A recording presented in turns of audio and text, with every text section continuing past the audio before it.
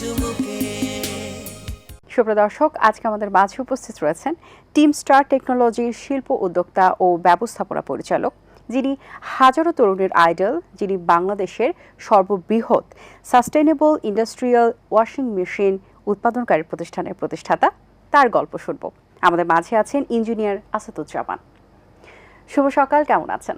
আসসালামু আলাইকুম। আলহামদুলিল্লাহ। প্রথমে আমি ধন্যবাদ জানাই এটিএন বাংলা এবং আপনাকে এই চায়ের চুমুকে অনুষ্ঠানে আমন্ত্রণ জানানোর জন্য। জি, অসংখ্য ধন্যবাদ আপনাকে আজ আমাদের মাঝে উপস্থিত থাকার জন্য।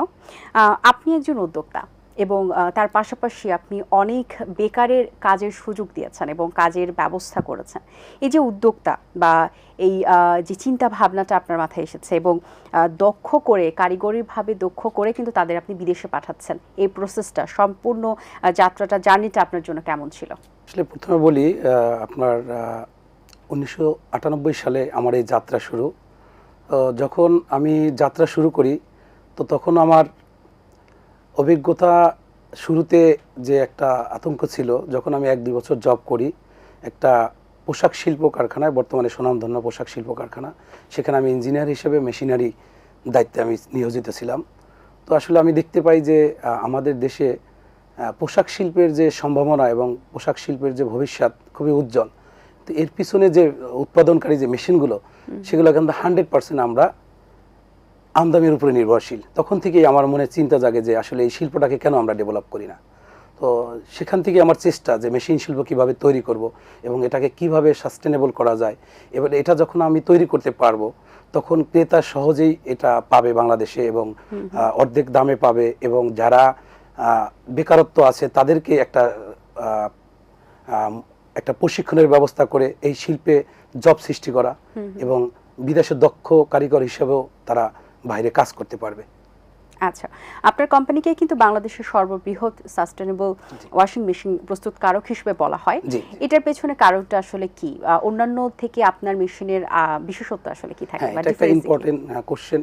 প্রথমত আমরা চিন্তা করি যে আমরা একটা সাশ্রয়ী প্রোডাক্ট এবং অপারেটিং যে সিস্টেমটা এবং সাস্টেনেবল বলতে যে পানির অপচয় রোধ করা, বিদ্যুৎটাকে সাশ্রয় করা, তারপরে এখানে স্টিম আছে যেটাকে আমরা জ্বালানি হিসেবে ব্যবহার করি, সেটাকে কিভাবে সাশ্রয় করা যায়। এই আধুনিক প্রযুক্তিগুলো আমরা নিয়ে আসছি যেটা আদার্স কোনো মেশিনারিতে নেই এবং যেটা ইউরোপিয়ান স্ট্যান্ডার্ড। আমরা যদি ইউরোপের মেশিনের সাথে কম্পেয়ার করি যে ইলেকট্রিসিটি কনজামশন, তারপরে এখানে আপনার ওয়াটার কনজামশন, কেমিক্যালের যে ব্যবহার, সেটাকে আমরা সম্পূর্ণ একটা অটোমেটিক পর্যায়ে নিয়ে আসছি, যেটাকে আমরা পিএলসি প্রোগ্রামের মাধ্যমে পানিটাকে মেজারমেন্ট করে নিতে হবে যাতে পানিটা অপচয় না হয়, এবং কন্ট্রোলিং ব্যবস্থা এত সহজ করেছি যে অপারেটর সহজেই এটাকে কন্ট্রোল করতে পারবে, বিদ্যুৎ সাশ্রয়ী হবে। এটার জন্য আমরা ভিএফডি ড্রাইভ এবং আমাদের যে সার্কিটটা যেভাবে তৈরি করা হয়েছে যে সম্পূর্ণভাবেই এটা অটোমেটিক এবং প্রত্যেকটা জায়গায় সাশ্রয়, ইলেকট্রিক সাশ্রয়, ম্যান পাওয়ার সাশ্রয়, ওয়াটার সাশ্রয়, কেমিক্যাল সাশ্রয়। এই প্রযুক্তিটা আমরা একজন দক্ষ ইঞ্জিনিয়ার এবং দক্ষ টেকনিশিয়ান দ্বারা সমন্বয়ভাবে এটা আমরা ডেভেলপ করছি। আচ্ছা, গার্মেন্টস সেক্টর আর কিভাবে এটার প্রভাব পড়ছে, মানে কিভাবে বেনিফিটেড হচ্ছে? হ্যাঁ, গার্মেন্টস সেক্টর প্রথমে যদি আসেন যে কস্টিং এর দিক দিয়ে, যে আপনি যখন বাইরের একটা মেশিন আমদানি করবেন, সেটা আমদানির একটা জটিলতা, এবং অর্থনৈতিক দিক দিয়ে যদি দেখেন যে প্রায় অলমোস্ট 50% টাকা সেভ এখানে। আর একটা গার্মেন্টস বেনিফিট হচ্ছে যারা পোশাক শিল্পের সাথে এই মেশিনগুলো যারা ইউজার, তো অর্থনৈতিকভাবে সাশ্রয় হয়েছে এবং সহজে তারা মেনটেনেন্স, যে কোনো একটা প্রবলেম হলে বাইরের মেশিন তার মাসের পর মাস পড়ে থাকে, অ্যাভেলেবেল স্পেয়ার পার্টস থাকে না। বাট আমরা যে মেশিনগুলো তৈরি করছি সেটার পার্টসগুলো আমাদের কাছে এবং বাজারে অ্যাভেলেবেল, এবং শর্ট টাইমেই আমরা ফিডব্যাক দিচ্ছি আমাদের দক্ষ ইঞ্জিনিয়ার দ্বারা, এবং এটা মেনটেনেন্সটা এতটাই আপনার সাশ্রয়ী যেটা আসলে আদার্স কান্ট্রির চেয়ে অলমোস্ট 100% আপনি সেভ পার্সেন্ট মেনটেনেন্সের দিক দিয়ে। এই জিনিসটা যখন ফরেন মেশিন আপনি পারচেস করবেন এই সুযোগ সুবিধাগুলো আপনি পাবেন না, কারণ সহজেই তারা বাংলাদেশে আসতে পারবে না এবং পার্টসগুলো অ্যাভেলেবেল বাজারে না। তখন যে একটা লং টাইম আপনার মেশিনটা বন্ধ থাকবে, তখন আপনার এই পোশাক শিল্প মানে একটা বড় লসের দিক দিয়ে চলে যায়। আচ্ছা, এই ক্ষেত্রে আন্তর্জাতিক বাজারে কোম্পানির উৎপাদনকৃত মেশিনের চাহিদা কেমন দেখছেন আন্তর্জাতিক মানে? আলহামদুলিল্লাহ, আমরা যে পরিমাণ বাংলাদেশের বাজারে চাহিদা সেটা আমরা এখনো কিন্তু ফুলফিল করতে পারি নাই। কারণ বাংলাদেশ পোশাক শিল্পে কিন্তু বিশ্বের ভিতরে দ্বিতীয় স্থানে, তো সেই ক্ষেত্রে আমাদের কিন্তু প্রচুর চাহিদা। তো এই ক্ষেত্রে আমরা বাংলাদেশের যে মেশিনগুলো আমরা করতেছি বিশ্বমানের, তো আমি ইতিমধ্যেই ভিয়েতনাম, কম্বোডিয়া তারপরে শ্রীলঙ্কা, পাকিস্তান, আফ্রিকার কয়েকটা দেশের সাথে যোগাযোগ করছি এবং আমাদের মেশিনের প্রতি তাদের খুবই ইন্টারেস্ট যে এটা অপারেটিং সিস্টেম এবং সাস্টেনেবিলিটির দিক দিয়ে অলডে মানে একটা যারা ফেমাস মেশিনারি তাদের সমতুল্য এবং তাদের চেয়েও কিছু কিছু জায়গায় বেস্ট এবং প্রাইজের দিক দিয়ে 50% লেস। সেই ক্ষেত্রে তারা খুবই আগ্রহ প্রকাশ করছে। বাট আমরা এক্সপোর্ট তখনই করব ওই দেশে আমরা যখন আমাদের একজন রিলায়েবল একজন পার্টনার পাবো। পার্টনার বলতে যে এজেন্টশিপ, তো যখন আমার মেশিনটা তারা পারচেস করবে তাদের শিল্প প্রতিষ্ঠানে ব্যবহার করলে যেটা সহজেই যেন তারা সার্ভিসটা পায়, এটা কনফার্ম করেই আমরা এক্সপোর্টের দিকে আগাবো। এবং আদার্স ডকুমেন্টারি যা যা আছে এবং কোয়ালিটি, ইন্টারন্যাশনাল সার্টিফিকেট এবং পরিবেশ ছাড়পত্র, তারপরে এক্সপোর্ট ইম্পোর্টের সব ডকুমেন্ট আমাদের রেডি। নীতি নির্ধারকদের কাছ থেকে কি ধরনের সহযোগিতা পেলে এই সেক্টরে আরও এগিয়ে যাওয়া সম্ভব? আপু, আপনাকে ধন্যবাদ জানাই এরকম একটা ইম্পর্টেন্ট কোশ্চেন করার জন্য। যে আমাদের দেশে নীতি নির্ধারক যারা আছে তাদের প্রথমেই তো যে এই আমাদের সেক্টরে যে গার্মেন্টস সেক্টরের মতো যে একটা বিশাল সম্ভাবনা আছে শিল্প তৈরির ক্ষেত্রে, যেখানে আমাদের দেশের চাহিদা পূরণ করার পাশাপাশি ইন্টারন্যাশনাল বাজারেও এটা সেল করা যাবে, বৈদেশিক মুদ্রা সাশ্রয় হবে এবং বৈদেশিক মুদ্রা আসবে। তো সেই ক্ষেত্রে আমি সরকারকে বলবো প্রথমে যারা শিল্প মন্ত্রণালয়ের দায়িত্বে আছে যে তাদেরকে আমাদের মতো শিল্প উদ্যোক্তার পাশে দাঁড়াইতে হবে। ব্যাংকিং সহযোগিতা যেটা আমরা এখন পাচ্ছি না, গার্মেন্ট শিল্প যেটা পাচ্ছে, সেই সহযোগিতার হাত বাড়াইতে হবে এবং শিল্প উদ্যোক্তা খুঁজে বের করতে হবে। সেটার জন্য কি করতে হবে যে শিল্প উদ্যোক্তার একজন যে কোনো একটা মেলা তৈরি করতে হবে যে মেশিনারি শিল্প কারা। যেমন আমাদের দেশে কিন্তু শিল্প উদ্যোক্তা আমরা খুঁজি না, বাট আমরা কি গানের শিল্পী খুঁজতেছি, নৃত্য শিল্পী খুঁজতেছি, তারপরে আমরা অভিনয় শিল্পী খুঁজতেছি। এইভাবে যদি এই শিল্পটাকেও খোঁজা হয় তাহলে আমি মনে করি যে ভালো কিছু শিল্প উদ্যোক্তা বেরিয়ে আসবে এবং তাদের যদি ব্যাংকিং সহযোগিতা দেওয়া হয় আমি মনে করব অলমোস্ট পোশাক শিল্পের কাছাকাছি সরকার এই দেশে বৈদেশিক মুদ্রা অর্জন করতে পারবে। এই যে আপনার যে পরিকল্পনাটা আপনি নিয়ে শুরু করেছিলেন এবং বাস্তবায়ন হয়েছে এবং বিভিন্ন তরুণ তরুণী যারা আছেন তারা এখানে পার্টিসিপেট করছেন এবং তারা ভালোভাবে দক্ষ হয়ে দেশের বাইরে যাচ্ছেন, এই অনুভূতিটা আপনার মাঝে কেমন কাজ করে যে তাদের এই যে সফলতা এবং দেশের উন্নয়ন পাশাপাশি আপনার যে আত্মতৃপ্তির জায়গা, যে মনোবল বা যে স্বপ্নটা নিয়ে আপনি শুরু করেছিলেন, এখন কেমন লাগে, অনুভূতি কেমন? আসলে অনুভূতি আসলে ভাষায় প্রকাশ করার মতো না। আমার যখনই একটা আমার দক্ষ শ্রমিক সে কোনো একটা ইন্ডাস্ট্রিতে জব করে অথবা বাইরে যায় তখন নিজেকে মনে হয় যে আসলে আমি এত অক্লান্ত পরিশ্রমের পরে কিছুটা হলেও সফলতা অর্জন করতে পারছি, যে কর্মসংস্থান সৃষ্টি হয়েছে। বেশ অনলি ফর বিফোর 1 মান্থ আমার 2টা ছেলে তারা জার্মানিতে জবের জন্য তারা সিলেক্ট হয়েছে এবং জার্মানিতে তারা জব করতেছে।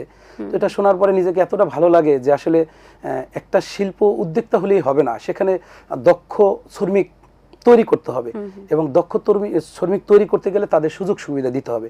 ইদানিং আমরা কিন্তু শুধু দক্ষ শ্রমিকই তৈরি করতেছি না, যারা ডিপ্লোমা বিএসসি ইঞ্জিনিয়ারিং কোর্স করতেছে তাদেরকেও এখানে আমরা ট্রেনিংয়ের ব্যবস্থা করছি, যেখান থেকে ট্রেনিং নাও তোমরা পড়াশোনার পাশাপাশি যখন তারা প্র্যাকটিক্যাল শিখবে। কারণ আমার এখানে কিন্তু একটা ম্যানুফ্যাকচারিং কোম্পানি, এখানে কিন্তু অনেক কিছু শেখার আছে। যখন সে শিখবে সে গ্রুপ অফ কোম্পানিতে জব করতে পারবে, বাইরে যেতে পারবে। তো তখন আসলে নিজের কাছে আত্মতৃপ্তি লাগে যে না আসলে দিন শেষে আমি মনে হয় দেশের মানুষের কল্যাণে এবং কর্মসংস্থান সৃষ্টির পিছনে কোনো একটা অবদান রাখতে পারতেছি এবং চেষ্টা করতেছি। ডেফিনেটলি, এবং এই ধরনের উদ্যোগ কিন্তু আসলে আমাদের বেকারত্বকে অনেক বেশি কমিয়ে আনতে সক্ষম হবে এবং হ্যাঁ সহযোগিতা করবে এবং সক্ষম হবে ইনশাআল্লাহ, আমরা সেটাই আশা করছি। আরেকটি বিষয় যেটা আমাদের এই যে আমরা টেকনোলজির যুগে চলে এসেছি এবং প্রযুক্তিগতভাবে আমরা উন্নয়নশীল হচ্ছি, এই ধরনের টেকনোলজি এবং এটার যে প্রমোশন বা এই যে ইন্টারন্যাশনাল লেভেলে আপনারা চলে গেছে এবং এটার যে গুরুত্বটা বোঝানো দেশীয় ক্ষেত্রে সেটা কি সম্পূর্ণভাবে বুঝাতে পারছেন কিনা বা কোনো ডিফিকাল্টি ফেস করতে হয়েছে কিনা এই পর্যন্ত আসাতে, এবং কি কি ধরনের ডিফিকাল্টি আসলে না ফেস করলে আরো ভালো হতো যদি সেটা বলেন? প্রথমে আমি বলি যে আসলে আমাদের ডিফিকাল্টি এটাই যে আমরা কিন্তু পরনির্ভরশীল, যে অন্য দেশের মেশিন ব্যবহার করতেছি, সেখানে দেশীয় প্রযুক্তি ব্যবহারের ক্ষেত্রে একটা কাস্টমারকে কনভিন্স করা এবং টেকনিক্যাল সাইডটা তাকে বোঝানো যে আমরা ডেভেলপ করছি, সো টাফ। বাট এখন যারা আমাদের এই মেশিনারি ব্যবহার করতেছে, যারা বুঝতেছে, তারা অলমোস্ট যে দেখতেছে যে এখানে কিন্তু আমি অর্থনৈতিক দিক দিয়ে শুধু সাশ্রয় না, এখানে আমার কিন্তু একটা যে আপনার সেল সার্ভিস একটা ইম্পর্টেন্ট ইস্যু, যে একটা মেশিন যদি অ্যাক্টিভ না থাকে তার প্রোডাকশন হ্যাম্পার হচ্ছে, সেটা কিন্তু আমরা শর্ট টাইমে তাদের সাপোর্ট দিতেছি। আর একটা যেটা ইম্পর্টেন্ট, কাস্টমার সবচেয়ে আমাদের এখন গ্রহণযোগ্যতা আমরা অর্জন করতে পারছি, যে কাস্টমাইজ করা। যে ফরেন মেশিনগুলোর ক্ষেত্রে কোনো কাস্টমাইজ প্রযোজ্য হয় না, বাট আমরা কিন্তু কাস্টমারের চয়েস, ডিজাইন এবং কাস্টমাইজ সাইজ ওয়াইজ মেশিনটা তৈরি করতেছি। তো সেই ক্ষেত্রে কাস্টমার খুবই এটা পজিটিভ নিচ্ছে, যে আমি তো আমার চাহিদা মতো মেশিন পাচ্ছি এবং শর্ট টাইমে ডেলিভারি পাচ্ছি।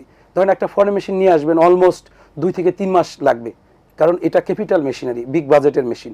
তো সেখানে কিন্তু আমরা 10 থেকে 15 দিনে একটা মেশিন তৈরি করতে পারতেছি, কিংবা মাসে 10টা মেশিন তৈরি করতেছি। সেই ক্ষেত্রে সে 2-3 মাস কি ফাস্টলি প্রোডাকশন স্টার্ট করতে পারতেছে। এখানে যে তার একটা বেনিফিট চলে আসতেছে, তো সেই জিনিসটাও কাস্টমার মানে খুবই ফ্রেন্ডলি নিচ্ছে। এবং আমরা এখান থেকে মনে করি যে না, আমরা আল্লাহর রহমতে কাস্টমারকে আমাদের যে কোয়ালিটি এবং আমাদের যে সার্ভিস, এটা তাদেরকে আমরা বোঝাতে সক্ষম হয়েছি, এবং কাস্টমার এটা বুঝতে পারতেছে যে না, এই দেশের জিনিসগুলো ব্যবহার করলে আমরা অর্থনৈতিক দিক দিয়ে সাশ্রয়, এবং এখানে আমাদের দেশের কর্মসংস্থান সৃষ্টি হচ্ছে, অর্থও সাশ্রয় হচ্ছে। এবার একটু আপনার ব্যাপারে জানতে চাই, আপনার ছোটবেলা কোথায় কেটেছে, পড়াশোনা কোথায় করেছেন, এবং এই পেশায় আসার পেছনের কারণটা? হ্যাঁ, এই পেশায় আসলে আমি আমার ছোটবেলাটা মাদারীপুরে আমার জন্মস্থান। মাদারীপুরে আমি গভর্নমেন্ট স্কুলে পড়াশোনা করি, তারপরে ঢাকাতে টেকনিক্যাল ইঞ্জিনিয়ারিংয়ে পড়াশোনা করি। তো টেকনিক্যাল পড়াশোনা শেষে আমি ফার্স্ট জব, আসলে তো যেহেতু আমার টেকনিক্যাল সাবজেক্ট, আমি পোশাক শিল্পেরই টেকনিক্যাল সাবজেক্টে ইঞ্জিনিয়ারিং ডিপার্টমেন্টে জয়েন করি। তো এখান থেকেই কিন্তু আমার আসলে চিন্তাধারা, যে আমি অ্যাজ এ ইঞ্জিনিয়ার কিংবা ইঞ্জিনিয়ারিং শিল্পের সাথে ইনভলভ, তো আমার আসলে দেশকে কিছু দেওয়ার আছে, শেখার আছে। তো ওখান থেকে আসলে আমার ভিতরে উৎসাহ জাগে যে আমি শুধু জব করব না, আমি এমন একটা কিছু আবিষ্কার করব যেটা দেশের শিল্প উন্নয়নে সহায়তা করবে এবং অর্থনৈতিকভাবে দেশকে স্বাবলম্বী করবে এবং বেকারত্ব দূর করবে, কর্মসংস্থান সৃষ্টি হবে।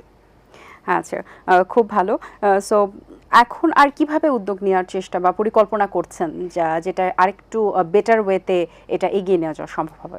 আমার পরিকল্পনা একটাই, যে আমি বাংলাদেশের এই শিল্পটাকে বৃহৎ আকারে, শুধু আমি না, আমার পাশাপাশি প্রায় কয়েকশো উদ্যোক্তা আছে, এদেরকে কিভাবে আরও ডেভেলপ করা যায়, সেটা গভর্নমেন্টের সহযোগিতা কিংবা আমরা ঐক্যবদ্ধ হয়ে সহযোগিতা সমন্বয়ে একে অপরকে সহযোগিতা করব, যে বাংলাদেশ যেন যে পরিমাণ মেশিনারি বাংলাদেশে দরকার হয়, তার অলমোস্ট 70% যেন আমরা রিকভারি করতে পারি বাংলাদেশে, এবং বাংলাদেশের এই চাহিদা পূরণ করে আমরা যেন বাহিরেও মেশিন এক্সপোর্ট করতে পারি। এটা গ্রুপ অফ কোম্পানিতে পরিণত করতে চাই। শুধু পোশাক শিল্পে নয়, আমরা ওষুধ শিল্প আছে, তারপরে এখানে কিন্তু আপনার আমরা বলবো যেটা কৃষি শিল্প আছে, সেখানেও কিন্তু আমাদের অবদান রাখার সুযোগ আছে মেশিনারি তৈরির ক্ষেত্রে। তো আমরা যদি সবাই ঐক্যবদ্ধ হয়ে এই ইঞ্জিনিয়ারিং শিল্পটাকে গ্রুপ অফ কোম্পানিতে প্রতিষ্ঠিত করতে পারি, তাহলে দেখেন এখানে কিন্তু কয়েক হাজার শ্রমিক আমার কোম্পানিতে করবে। এরকম যদি 100 উদ্যোক্তা হয়, তাহলে এখানে কয়েক লক্ষ শ্রমিকের কর্মসংস্থানের সৃষ্টি হবে এবং বৈদেশিক মুদ্রা আসবে এই দেশে। জি, অসংখ্য ধন্যবাদ আপনাকে। আশা করছি দর্শকদের ভালো লাগবে আজকের এই এপিসোডটা, অনেক কিছু জানতে আপনাকেও পেরেছেন। ধন্যবাদ, এবং আমি এটিএন বাংলাকেও ধন্যবাদ জানাই এই অনুষ্ঠানে আমাকে অতিথি হিসেবে আমন্ত্রণ জানানোর জন্য। জি, ভালো থাকবেন সবসময়। দর্শক, আশা করছি আজকের আয়োজন আপনাদের ভালো লেগেছে। আজ এই পর্যন্তই, দেখা হবে আগামী পর্বে নতুন কারোর সঙ্গে। আবার আজকের এই সুন্দর ড্রেসটি স্পন্সর করেছেন সারা। সবাই ভালো থাকবেন, সুস্থ থাকবেন এবং এটিএন বাংলার সাথেই থাকবেন। আল্লাহ হাফেজ। দিন আসে দিন যায়, সময়টা চলে যায়, তবু আছি এই বেশ ভালো। জীবনটা রঙময়, যেভাবেই হওয়া চাই, নয় কভু সাদা কালো। এই আশাতে স্বপ্ন ভাসে, সুখ হাসে চোখে মুখে, চায়ের চুমুকে।